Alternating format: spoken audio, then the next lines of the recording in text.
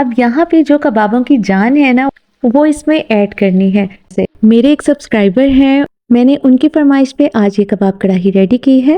अस्सलाम वालेकुम जी, कैसे हैं आप सब? Hope you are doing well. Welcome to another new video जी तो माय यूट्यूब फैमिली। आज मैं आपके साथ कबाब कढ़ाई की बहुत ही मज़े की रेसिपी शेयर करूंगी। यकीन माने जो भी ये खाएगा ना, हाथ रोक नहीं पाएगा। चलें जी, स्टार्ट करते हैं। बिस्मिल्लाहिर्रहमानिर्रहीम। कबाब कढ़ाई बनाने से पहले हम कबाब रेडी करेंगे और कबाब के लिए मैंने ऐड कर दिया है हाफ केजी चिकन और 2 मैंने छोटे प्याज ऐड किए हैं और 3 अदद हरी मिर्च और हैंडफुल मैंने धनिया और हैंडफुल पुदीना ऐड कर दिया है। 1 टेबलस्पून साबुत कुटा हुआ धनिया ऐड किया है और 1 टेबलस्पून मैंने भुना कुटा हुआ ज़ीरा ऐड किया है। ये ज़ीरा मैंने पहले भून लिया था और फिर ऐड किया है। और इसके बाद मैंने 1 चम्मच मैंने क्रश चिली ऐड की है, 1 टेबलस्पून लहसुन और 1 टेबलस्पून ही मैंने अदरक कुटा हुआ ऐड किया है। और इसके बाद मैंने 1 खाने का चम्मच मैंने नमक ऐड कर दिया है और 1 स्लाइस मैंने ब्रेड का ऐड किया है। और अब मैंने 3 to 4 टेबलस्पून मैंने बेसन के ऐड कर दिए हैं। ये बेसन मैंने पहले अच्छी तरह भून लिया था और फिर मैंने ऐड किया है।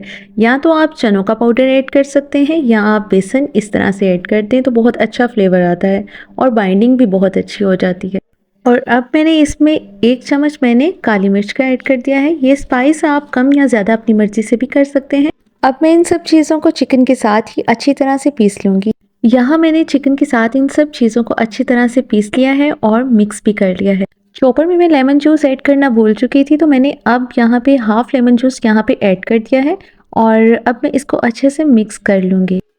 इसकी अच्छे से मिक्सिंग करने के बाद आप 30 मिनट्स के लिए इसको फ्रिज में छोड़ दें। फिर इसके कबाब बनाएं तो बहुत अच्छे से हैंडल हो जाएंगे। मैंने यहाँ पे डायरेक्ट कबाब बनाना स्टार्ट कर दिए थे। मैंने यहाँ पे ग्लव्स वेयर कर लिए और ताकि हाथों में मिर्चें ना लगे, हाथों को भी ऑयल से ग्रीस कर लिया है और मैंने स्टिक को भी। कबाब के लिए अगर आपके पास स्टिक अवेलेबल ना हो तो आप पेंसिल भी यूज़ कर सकते हैं और विदाउट पेंसिल और स्टिक के भी कबाब की शेप दे सकते हैं।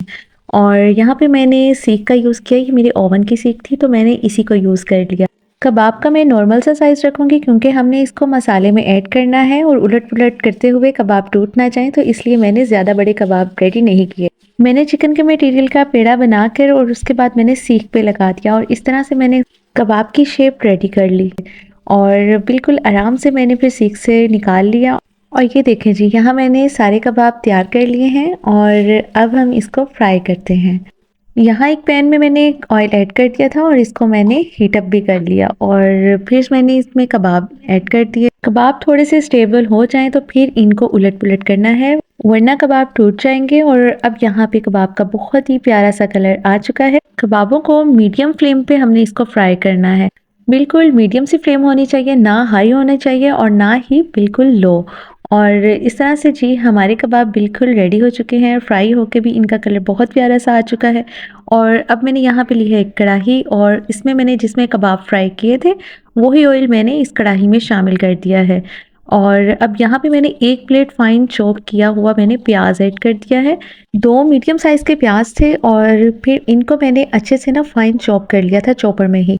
और इसके बाद जी मैंने इसको फ्राई करना है, मीडियम टू हाई फ्लेम पे मैंने इसको फ्राई करना है। और इसके बाद मैंने थोड़ा सा फ्राई किया तो मैंने यहाँ पे लहसुन अदरक 1 टेबलस्पून मैंने ऐड कर दिया। लहसुन और अदरक पेस्ट ये मिक्स है और इसका मैंने 1 टेबलस्पून मैंने इसमें ऐड किया है।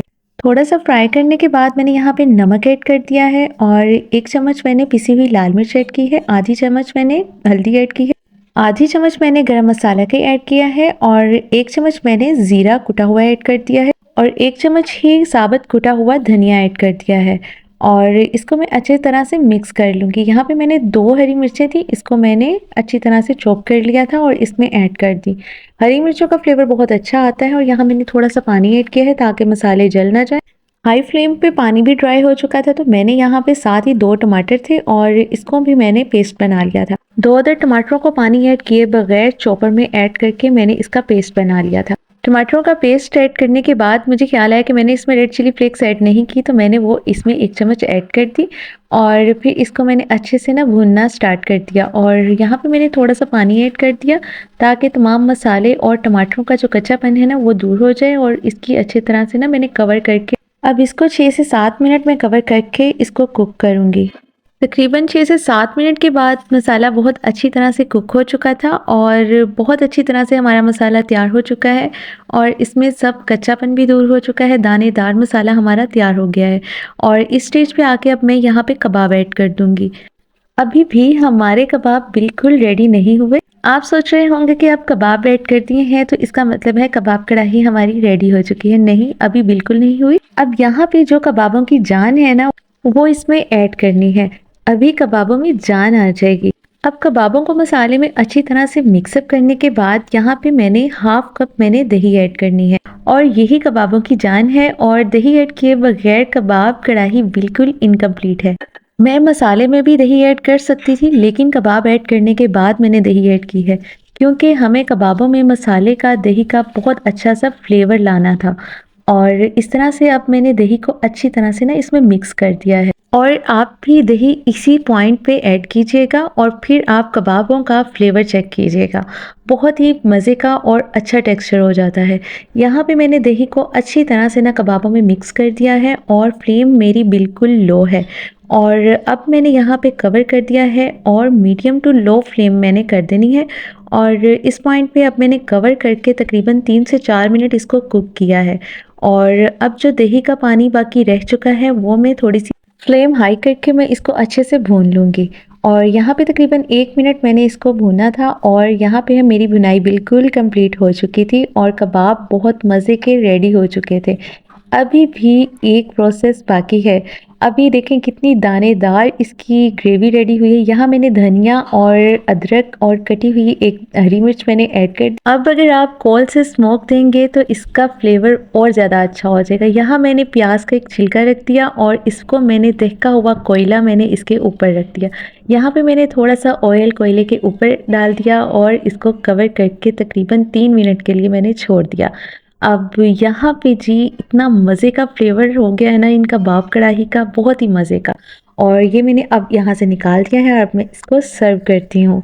ये देखें माशाल्लाह से कितनी ज़बरदस्त किस्म की हमारी कबाब कढ़ाई रेडी हुई है और कितना अच्छा इसका टेक्सचर लग रहा है। अब यहाँ पे अदरक और धनिया के साथ मैंने इसको गार्निशिंग किया और थोड़ा सा मैंने गरम मसाला इसके ऊपर स्प्रिंकल कर दिया और इतनी मज़े की खुशबू और इतना फ्लेवरफुल ये कबाब कढ़ाई रेडी हुई है, बहुत ही मज़े की। ये मसाले आप मटन और बीफ में भी इसी तरह इसी प्रोसेस से आप कर सकते हैं। बस लहसुन और अदरक की क्वांटिटी थोड़ी सी बढ़ा दें और बाकी सब इसी तरह से। मेरे एक सब्सक्राइबर हैं, मैंने उनकी फरमाइश पे आज ये कबाब कढ़ाई रेडी की है। आई होप आपको पसंद आई होगी। वीडियो को लाइक और चैनल को सब्सक्राइब मस्ट कीजिएगा। दुआओं में याद रखिएगा। Take care. अल्लाह हाफिज़।